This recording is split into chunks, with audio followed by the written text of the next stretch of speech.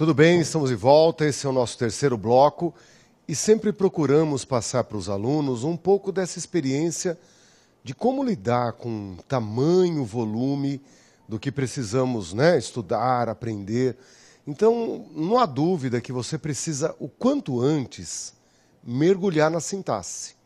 A sintaxe é o grande capítulo em que você precisa efetivamente ter mais domínio, aprender com mais qualidade. E a morfologia fica aquela dispensa que você vai lá buscar um tempero, buscar um condimento diferente, um legume, alguma coisa para acrescentar, né? Mas a comida, a sua essência já está lá na sintaxe. A sobrevivência está lá. Então, volte para a morfologia, colhe alguma coisa. Ah, o professor está falando que na regência a peça-chave é a preposição. Eu não sei o que é preposição. Volta lá na morfologia, colhe a preposição e volta para a sintaxe. Tá bem? Só que dentro da morfologia há um capítulo que não dá para você falar, vou lá. Não. Esse é um que você vai ter uma permanente visita. Vai um dia, vai um outro. Ou seja, você vai cultivar essa amizade. Vai se relacionar bem. Vai ligar, vai escrever, vai manter, um contato muito bom. Então não é esporádico, não é um contato anual, é um contato que você vai ter com mais frequência, tá bem? A ponto de criar apego. Muita amizade, às vezes até amor. Conjugação verbal, morfologia verbal. Entre as classes morfológicas, o verbo será a classe mais exigente. Vamos à lousa, então. Vamos perceber isso daí. Quando você fala em morfologia verbal, gostaria que já nesse começo você percebesse que nós temos o verbo em uma forma simples,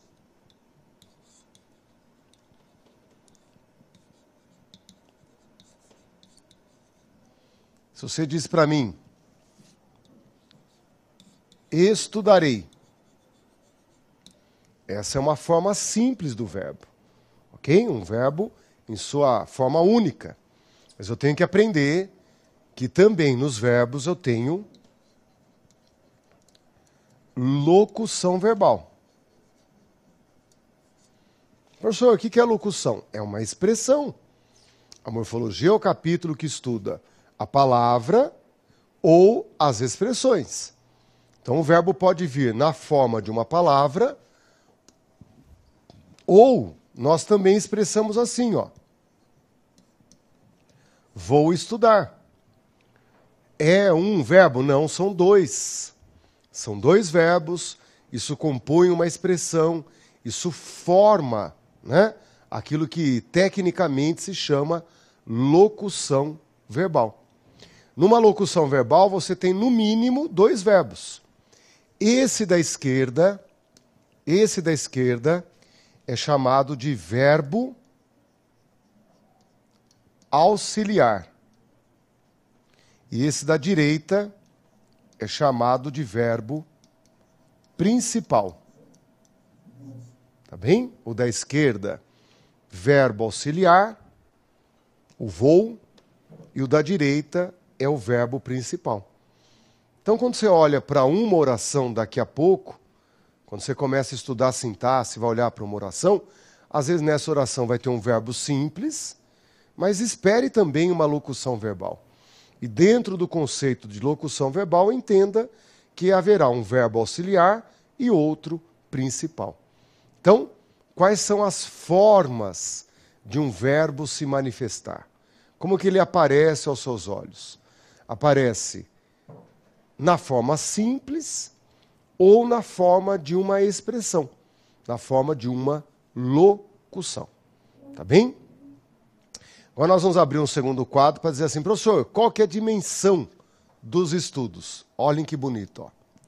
Aqui na lousa eu coloco para vocês, então, uma parte do que você pode estudar. Não é que você pode estudar. É uma parte que as bancas exige por demais e por isso você vai estudar. Colhendo lá na prática o que as bancas exigem, Você volta aqui na teoria e fala, professor, o que eu estudo da conjugação verbal? Você estuda, número 1, classificação. Número 2, o sentido dos tempos. Número 3, a conjugação irregular. Número 4, a acentuação dos verbos. E depois, 2 capítulos muito interessantes, mas separados, que é o do particípio verbal, né? O particípio, a forma chamada particípio, e as formas do imperativo, que resguardam alguns segredos. Você fala, professor, por onde que eu podia começar? Sacaram que você já tem uma lista te esperando? E de acordo com a banca, agora sim fica muito evidente isso. De acordo com a banca, a demanda é diferente. Tem banca que gosta mais de um tema do que outro, aborda mais uma coisa do que a outra. Mas, por exemplo, conjugação dos verbos irregulares. Isso todas gostam. Todas as bancas, de maneira uniforme, trazem as questões sobre conjugação irregular. Agora, professor, cai particípio em todas? Não. Mas é um capítulo que, eventualmente, uma banca ou outra traz. Então, é menos estudo, mas não significa abandono, esquecimento. Eu tenho que frequentar, eu tenho que passar por ele. Tá bem? Vamos, alunos, dar uma olhadinha nesse conjunto que está aí, né, sobre classificação, sentido dos tempos, conjugação irregular e assim por diante. Eu sempre ensino aos alunos que quando nós falamos no dia a dia, essa frase tão bonita, ó, eu te amo.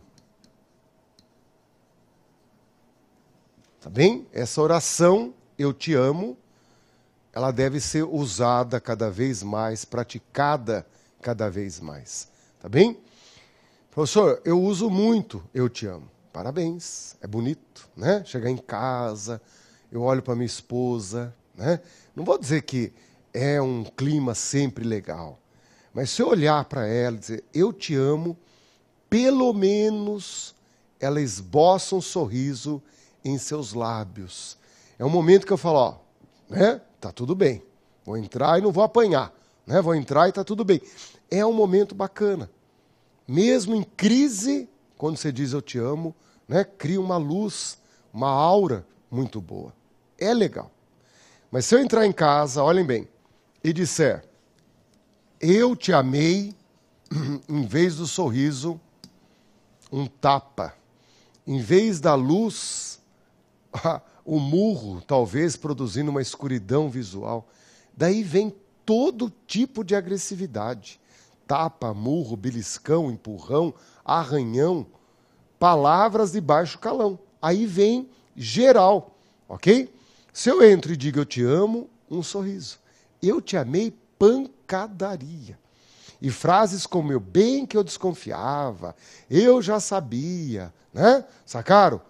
Do ato positivo para a desgraça. E o que você mudou? Nada, quase. E se eu disser, olhem lá, eu te amava, e se eu disser eu te amava, é um momento em que a pessoa fala, mas o que está acontecendo então? Mas o que está acontecendo? Brava, né? Minha mulher extremamente brava, o que está acontecendo? Vamos sentar para conversar. E aí só Deus sabe o que vai acontecer, só Deus sabe o horário que termina. Conversa desse tipo tem horário para começar, nunca tem para terminar.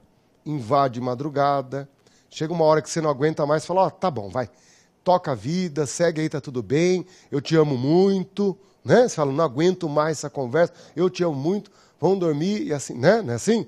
O eu te amava vai gerar uma conversa. Eu te amo, um sorriso, às vezes até um beijinho. Eu te amei, pancadaria. Eu te amava, uma conversa sem fim. Então notem que no dia a dia, nunca na vida você trocaria um tempo pelo outro. Você nunca trocaria o amo por amei. Jamais, jamais. Sacaram que interessante? Nós, na prática, usamos com total domínio.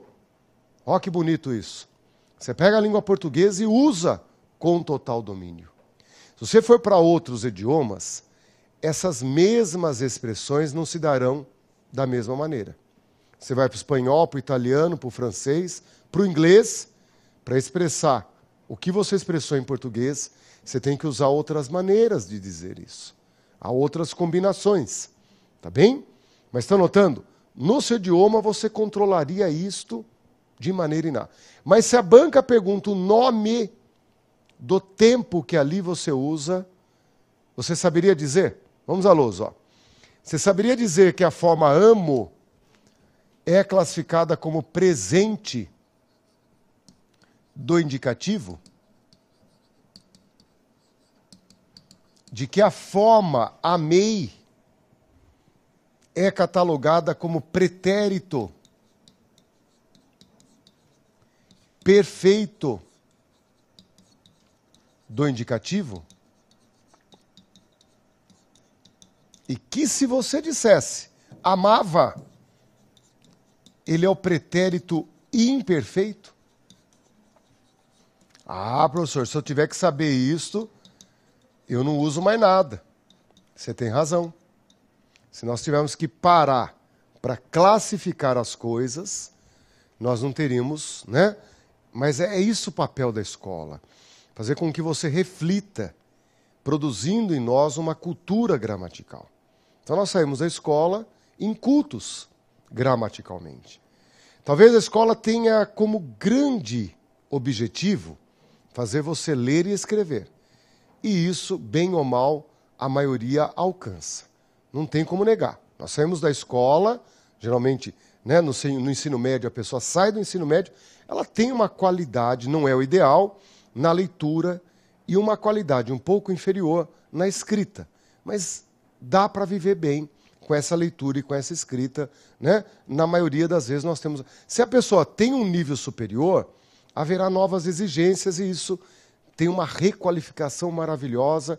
É normal, então, que, né, quem tenha um ambiente universitário no seu mundo de aprendizagem tenha tornado a aprendizagem do ler e escrever grandioso, valorizado, muito bom. Agora, a cultura gramatical não existe. A cultura gramatical fica em segundo plano. Essa aprendizagem de falar sobre o idioma, nós deixamos em segundo plano. Esse domínio da teoria não existe na vida efetiva. Só que quando eu me preparo para o concurso, eu penso que vai dar só com esse ler e escrever. E não dá. Eu preciso ir além. Vamos entender o porquê. Ó. Primeira coisa, se a banca te apresenta isso, já há um pequeno problema. A banca pede para você classificar os tempos e modos verbais. Os tempos e modos verbais. Nós teremos grandes dificuldades. Grandes dificuldades. Tá bem? A classificação traz 9 tempos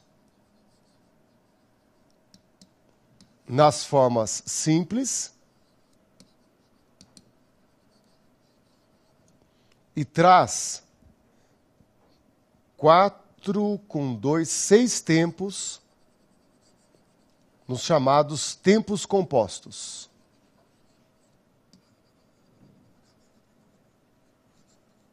Nós temos 15 tempos entre os simples e compostos que a gente não sabe. Olha a quantidade de matéria-prima que a banca tem para nos induzir a erro. A banca coloca lá qualquer coisinha, pergunta qual que é o tempo e modo. Assinala a alternativa em que encontramos um verbo conjugado no futuro do pretérito do indicativo. Hã? Sacaram isso? Então é o primeiro campo de atuação de quem vai prestar concurso. Pegar intimidade com esses 15 tempos, estabelecendo, né, momentos distintos. Primeiro estudo os 9 tempos, das formas simples. Depois eu vou entrando em contato com esses outros 6 que formam tempos compostos.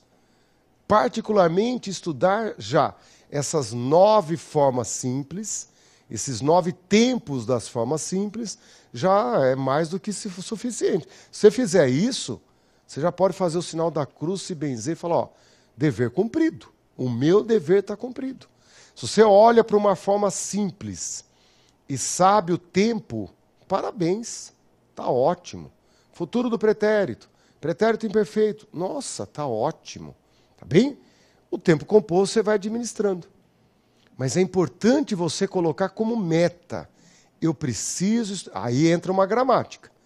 Se não tiver uma gramática para consultar, para ir e voltar, é impossível. É aí que entra o material didático.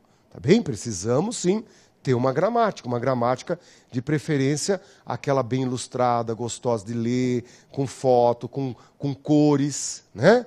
Tá bem? Uma gramática de ensino médio, que vem bem, né? Bem gostosinha para você acessar, tem uma história em quadrinhos do lado. Tornar isso aí menos árido, mais gostoso.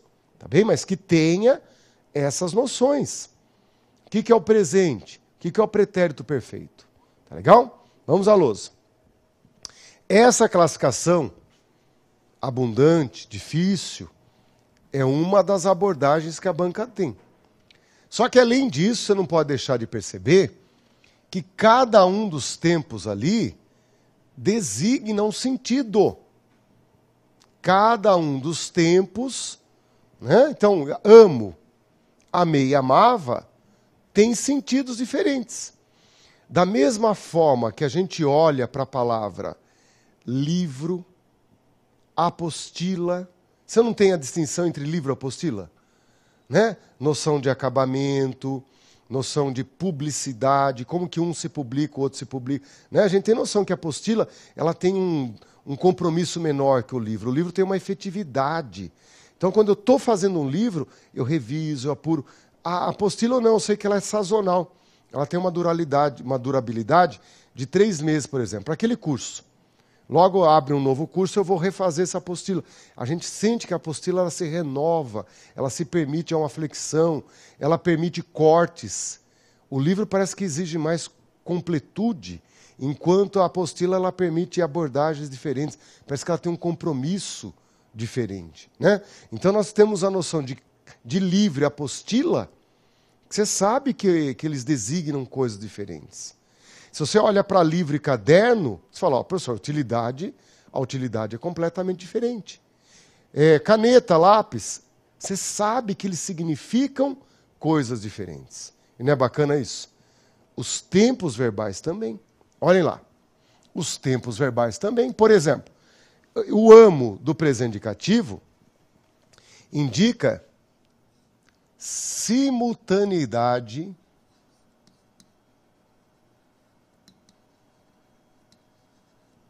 entre o que se diz e o tempo.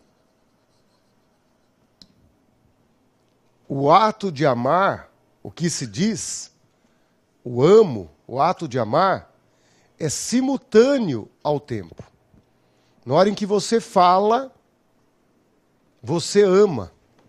Há uma simultaneidade entre a ação que o verbo traz e o tempo em que você fala. Só no presente do indicativo há essa simultaneidade entre o que você diz e o tempo vivido. O momento em que você fala é o momento em que você pratica também a ação. É o único momento em que é simultâneo. Porque nos outros tempos, ou você já amou, ou você amará. Ou é uma ação já feita, ou é uma ação por fazer. Então, o único momento em que a ação é feita, na hora em que você fala, é no presente indicativo. Por isso que a minha esposa dá um sorriso na hora em que eu digo, eu te amo. Porque ela sabe que na hora em que eu estou falando, eu estou sentindo aquilo em que falo. Há uma simultaneidade entre o tempo, que é o momento em que falo, e a ação de amar. Eu amo na hora em que falo. Então isso é lindo, a pessoa sorri e fala, puxa, que sentimento bonito. Tá bem? Então quando você tem o presente indicativo, há uma simultaneidade entre a ação que está no verbo e o momento em que você diz. Né? Por isso que é simultâneo a hora em que você fala, a ação que você diz fazer.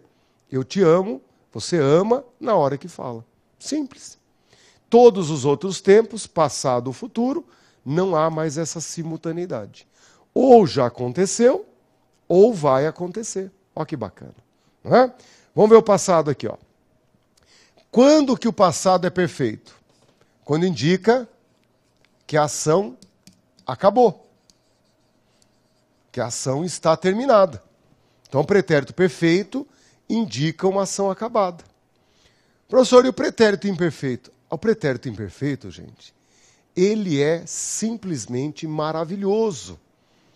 Porque o nome imperfeito diz para nós a mentalidade de quem inventou esse nome. Tá bem?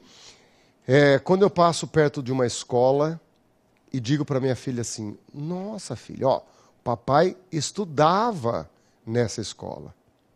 Eu também posso dizer o papai estudou nessa escola. Né? Mas eu troco estudou por estudava. Porque eu tenho uma segunda intenção. Eu passo perto de um campinho, né, que eu jogava bola quando era criança, e digo, digo para minhas filhas, ó, o pai jogava bola aí, o pai era craque aí, jogava. Por que que eu não uso joguei bola aí? Eu uso jogava. Tá bem? Eu posso também dizer, o pai jogou bola aí, eu joguei bola aí. Mas eu digo, eu jogava. Por que que eu quero com esse jogava? Porque em vez de dizer amei, eu digo amava. Por quê? E aí você começa a ter a reflexão, não é o uso, não é a intuição, é a reflexão sobre o idioma, produzindo uma cultura gramatical. Que nunca na tua vida você vai dizer, perdi tempo. Isso que é o mais bacana, né? Cada minuto estudado, cada reflexão que você fez, nunca você vai dizer, eu me arrependo de ter estudado. É a única coisa que você não se arrepende. O resto tem muita coisa que a gente... Estudar nunca. Pode ter certeza absoluta. Nunca haverá a chance de dizer, eu me arrependo de ter estudado. Nunca. Coisa boa. Não é? Então percebo que o estudava designa uma ação que você fazia várias vezes lá no passado. Coisa que o pretérito perfeito não consegue. Quando você quer dar uma ideia de que essa ação era do seu cotidiano, era da sua rotina, que não é aquela ação que você foi lá, fez e voltou, acabou. É uma ação que você fazia várias vezes. Hoje, amanhã, depois de amanhã, eram várias vezes. Eu jogava a bola. Então, na mesma hora, você entende que isso fazia parte, né, da minha vida, não como uma única e solitária ação, mas como uma ação repetitiva no passado. Fazia parte da minha vida. Eu brincava naquele cantinho ali. Né? Eu jogava bola com as crianças ali, ou seja, era a ação da minha rotina. É um passado que se estende, é um passado que se prolonga. Tá bem?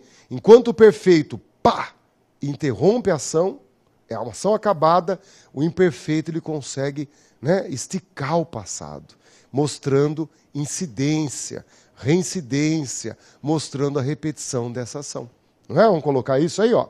Ação rotineira, repetida, lá no passado. Por isso que é o pretérito. Né? Não posso perder de vista que a diferença entre o perfeito e o imperfeito é a durabilidade. Um mostra a interrupção, o outro mostra a repetição, mas ambos indicando ações pretéritas. Ah, professor, então o verbo tem... ele tem. Tem exatamente isso. Ele tem essa significação. Então você classifica, ele tem sentido. É outra pergunta reinante nos concursos. Qual que é o sentido da forma tal? Tá bem? Diante desse quadro, você começa a perceber, então, uma longa caminhada. Não é simples. Porque você tem o sentido, sempre pensando assim primeiro, tá? Que você tem esses 9 tempos como meta. Preciso estudar esses primeiros 9 tempos. Né?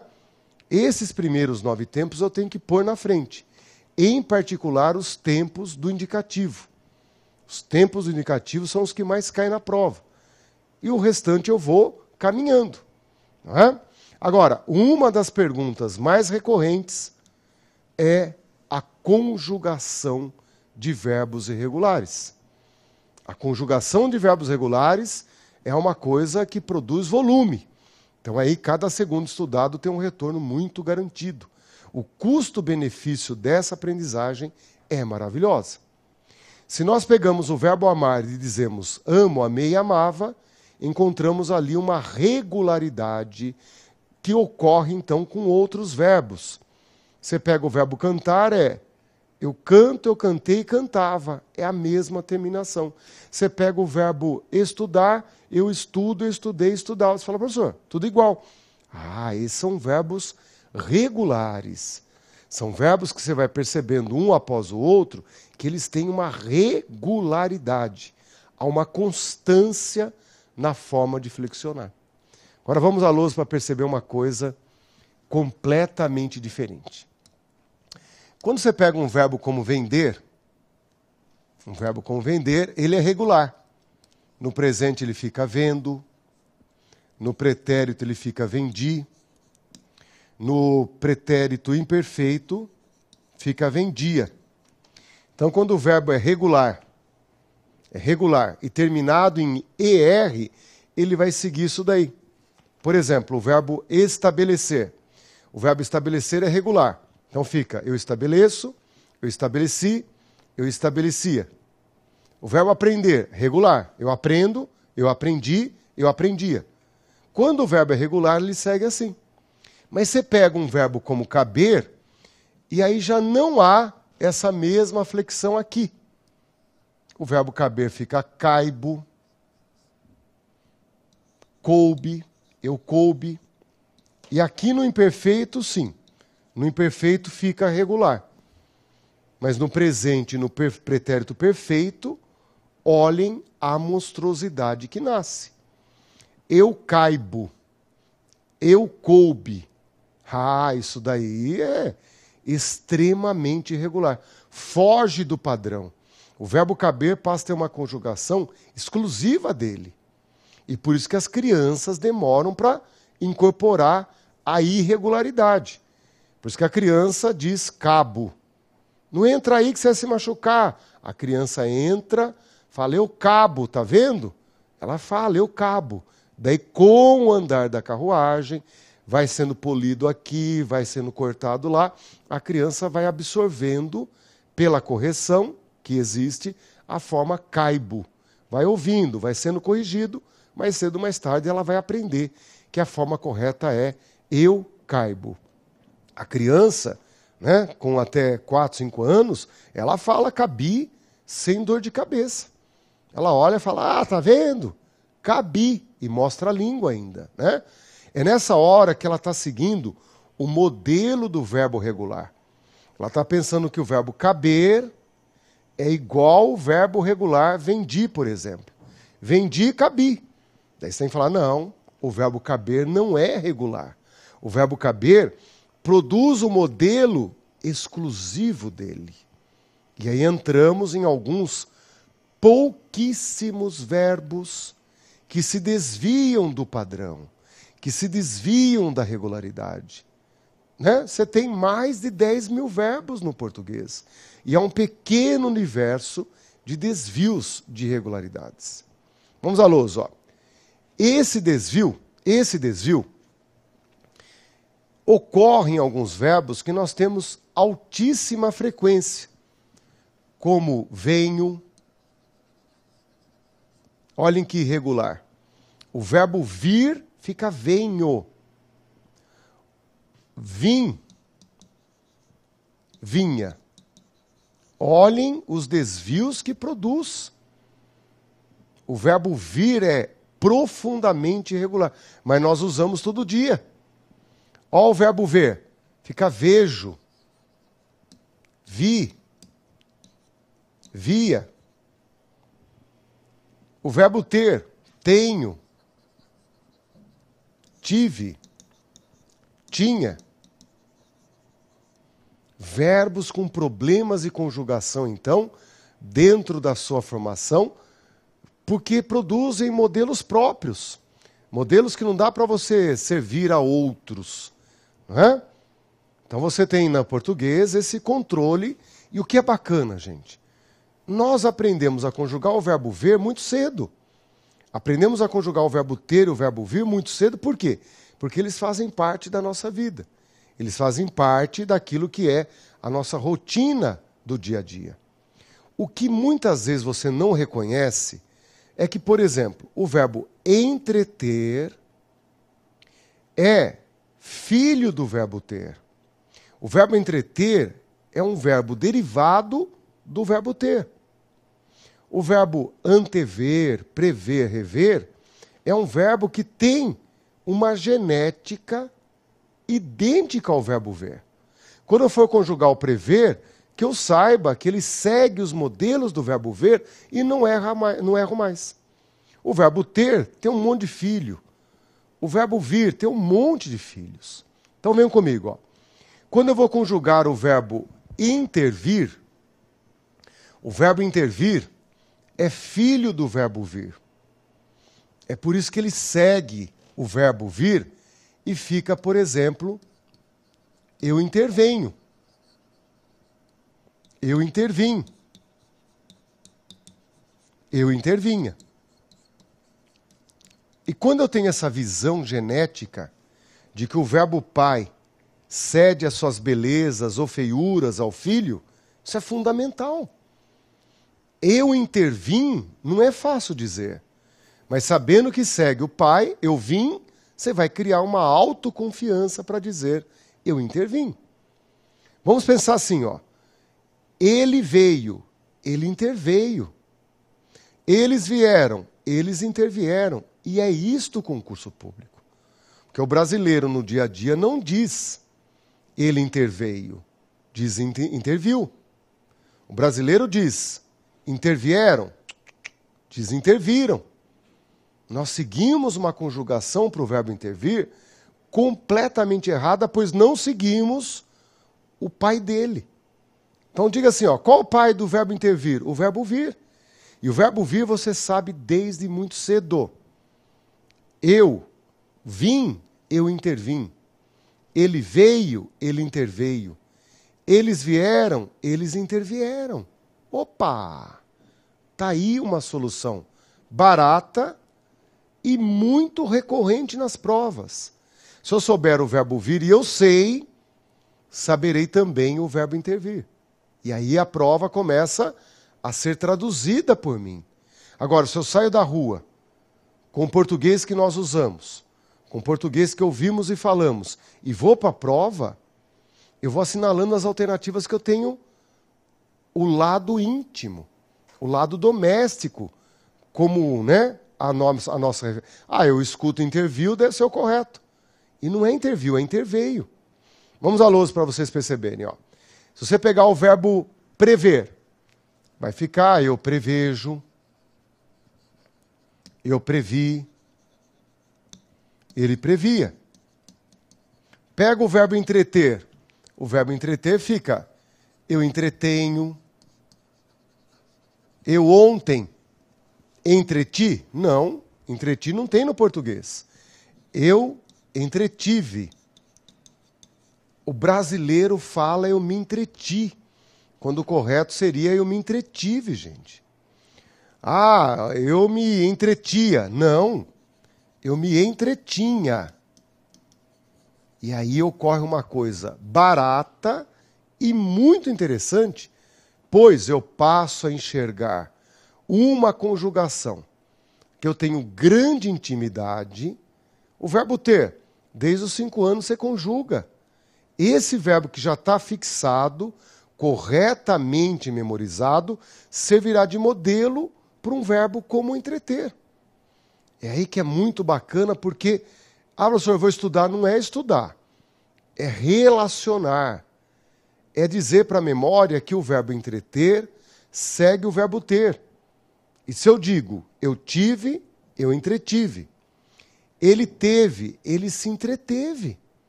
Ele se entreteve com as crianças. Entreteu, ó, vamos na lousa, ó, vamos na lousa. Quem conjuga entreteu é porque imagina que o verbo entreter é igual ao verbo vender. Eu vendi, ele vendeu. Eu entreti, ele entreteu. Só que o verbo entreter não segue um verbo regular. O vender é verbo regular. Só que o entreter não é regular. Ele segue um verbo todo estragadinho, todo irregular, que é o verbo ter. Ah, professor, entendi. Nós erramos porque conjugamos o verbo entreter como se ele fosse um verbo regular. E ele é um verbo profundamente irregular. E aí começamos uma nova etapa de aprendizagem, em que você vai aproximando, né, esses verbos que caem tanto em prova e que trazem essa relação tão íntima com verbos que nós já temos na memória. Verbos como ter, vir. Pega o verbo fazer. Você sabe conjugar o verbo fazer? Sabe até sonhando. Eu faço, eu fiz, eu fazia. Pega o verbo dizer. Eu digo, eu disse, eu dizia. Eu tenho a conjugação na ponta da língua. Então, quando a banca pedir para eu conjugar um satisfazer, eu conjugo antes o fazer. Quando a banca pedir para eu conjugar um contradizer, eu conjugo primeiro o dizer. Vou no pai, conjugo o pai e daí empresto a forma do pai para o filho. Olha que gostoso. Então, se eu digo, ontem eles fizeram. Então, se eu vou usar o verbo satisfazer, eu vou dizer ontem eles satisfizeram. Eles se satisfizeram normalmente. Eles ontem disseram. Eles ontem se contradisseram. Sem problemas. Não é? Aí começa a ter um fluxo, que no começo é óbvio, você fica até meio assim, mas é um fluxo que você entende que é tranquilíssimo. Eu não me contradigo, eu não me contradisse. Conjugo o pai, eu digo, eu disse, para entender o filho contradizer. Beleza. É nessa hora que a nossa memória passa por uma lavagem cerebral positiva. Geralmente a lavagem cerebral é para limpar, tirar tudo que tem. Nesse momento é uma lavagem tirando modelos errados e ligando essa coisa bonita de pai e filho. Verbo que segue exatamente a genética do pai. E aí você tem um caminho muito positivo, muito, né, favorável, quando começamos a estudar a conjugação irregular. Esse é um dos pontos fundamentais. Tá legal? Vamos à lousa para observar um outro detalhe. Se nós temos aqui, na conjugação irregular, o ponto decisivo, entre os verbos que nós destacamos agora há pouco, verbo ter, vir e ver, surgem problemas de acentuação. Não é? Então, a acentuação de verbos é um capítulo fundamental para concurso público. Eu vou pegar um para vocês entenderem aqui. Vamos pegar um como modelo. Ó. Vamos pegar o verbo ter. O verbo ter traz em sua conjugação, ele tem, e quando você vai para o plural, eles têm, você tem formas gêmeas. Vocês têm formas ali idênticas no som e também na forma. Então a gramática vem nessa hora e diz assim, ó, vamos marcar uma diferença. E temos então o acento circunflexo na forma eles têm, para que exatamente ali nasça uma diferença formal entre a conjugação plural e singular. E aí não podemos mais confundir. Ele tem e eles têm produzem para nós aí uma diferença visual. Não é? Sabendo que o verbo ter produz inúmeros filhos, como a ter-se,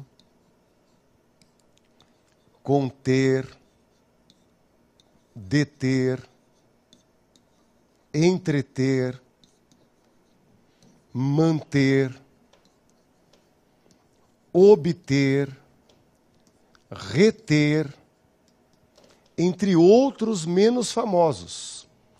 entre outros menos famosos. Estão notando? Essa lista, você não pode estranhá-las. Não pode estranhá-la. É uma lista que tem que estar na ponta do cérebro. Porque resolve problemas de irregularidade e agora demonstra para nós essa real relação entre primitivo e derivado. Vamos pegar o verbo conter como modelo aqui, ó. O verbo conter, assim ficará. Ele contém, nesse momento recebe acento agudo, é a regra que te leva a acentuar, por exemplo, refém, também, recém. As oxítonas terminadas em EM são acentuadas. Se eu não acentuo esse contém, eu teria aí, obviamente, uma falha de acentuação. Ficaria contem. Então é acentuada pela regra das oxítonas. Mas quando você disser eles contêm, teríamos exatamente a mesma regra, teríamos o mesmo acento, mas a norma culta também tem esse lado bom, não é só lado ruim, né? Que diz assim, não pode colocar aí o acento agudo, senão vai ficar tudo igual. Vamos colocar um acento circunflexo e eles contêm, portanto, nunca mais pode ser confundido com a forma contém singular. O plural e o singular passam a ter formalmente uma distinção. Discreta distinção, mas ela é o necessário. É nesse momento, então, que você entra no mundo da acentuação dos verbos, que traz aí o ter e derivados, o vir e derivados, ver e derivados. São 3 grupinhos, ter, vir e ver, que você tem que pôr na ponta dos estudos. Você fala assim, professor, o que eu estudo? Isso aí é fundamental. Por isso que é um estudo seletivo. É pela relevância em relação ao que cai na prova. E a acentuação dos verbos, altíssima incidência, estudo total. Estudo permanente. Domínio. A ponto de olhar e falar, não erro mais, professor. Tá bem? Verbos ter, vir e ver e seus respectivos verbos derivados. Atenção à acentuação desses verbos. Tá bom? Vamos voltar na lousa para falar mais um pouquinho aqui dos verbos, desse universo verbal, em que nós vamos, para concluir esse bloco, falar um pouquinho do particípio e do imperativo, porque eles trazem situações extremamente particulares. O particípio. O particípio é uma forma fundamental para o nosso idioma. É o momento em que nós pegamos verbos e acrescentamos o sufixo ado, o sufixo ido, de acordo com a terminação do verbo, ora um, ora é outro, fazendo gerar então os particípios, como estudado, comprado, vendido, abolido e assim por diante. Tá bem? Essa é a marca do particípio que nós devemos chamar como regular. Quando o particípio é assim, ele é chamado de regular. Quando é terminado em ado ou ido, ele é regular. Mas eu tenho que aprender que, infelizmente, também existem particípios que fogem da regularidade, produzindo, então, uma forma particular, uma forma irregular.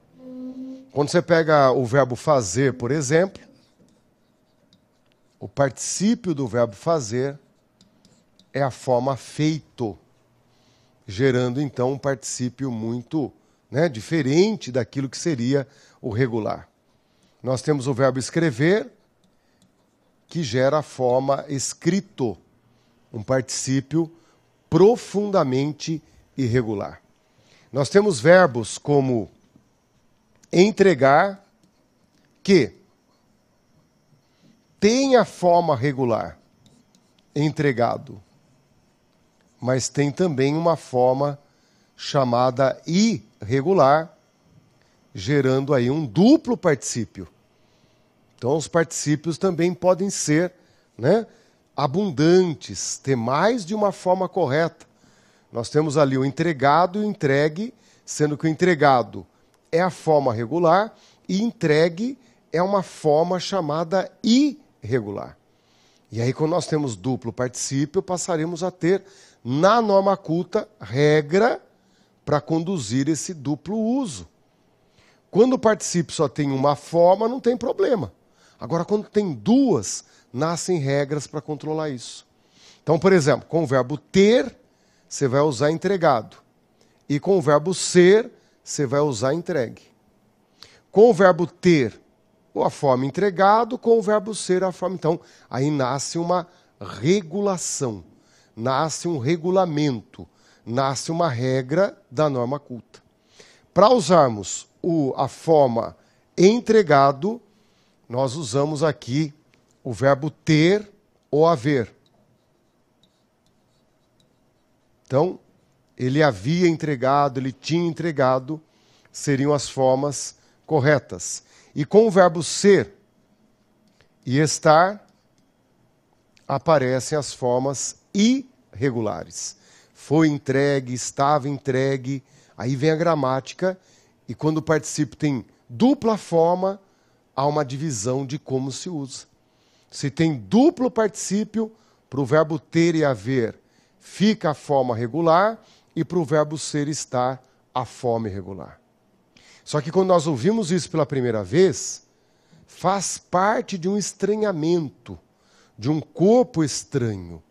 E a convivência com isso, essa necessária convivência que vai nos levando da estranheza para a domesticação, da estranheza do mundo que eu não conhecia para aquilo que nós passamos a conhecer.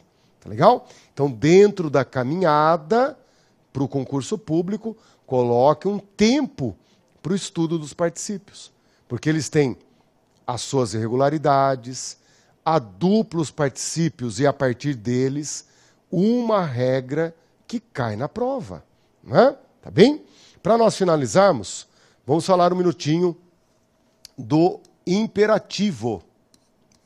Imperativo que traz, dentro de suas formas, a possibilidade de ser afirmativo ou negativo. Vamos falar um pouquinho do imperativo afirmativo, em que muitas vezes nós nos deparamos com formas como estuda versus estude.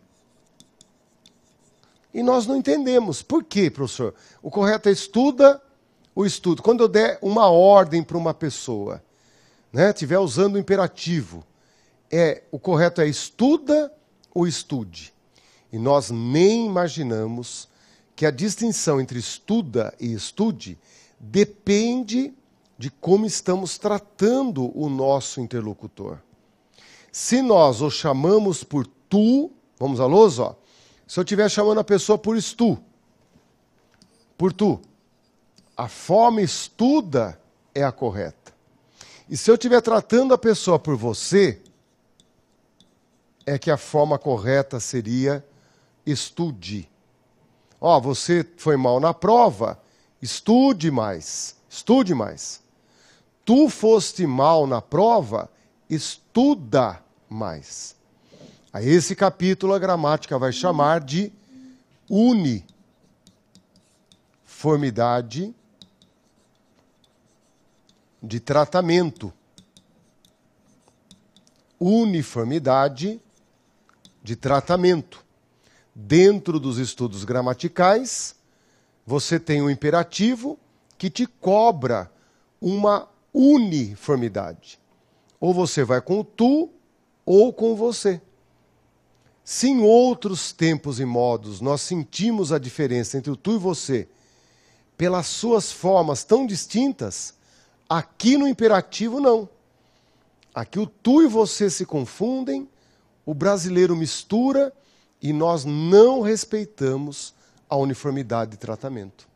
É muito comum, em boa parte do Brasil, nós tratarmos a pessoa por você, chamarmos a pessoa por você, é claro. Há algumas regiões do Brasil que o tu ainda prevalece. Mas, em boa parte do Brasil, há o tratamento por você, mas o brasileiro ainda continua usando o imperativo do tu. Ah, você, tirou uma nota ruim, estuda mais que melhora. Estuda mais está errado. Está dando uma ordem. Então, você foi mal na prova, estude mais.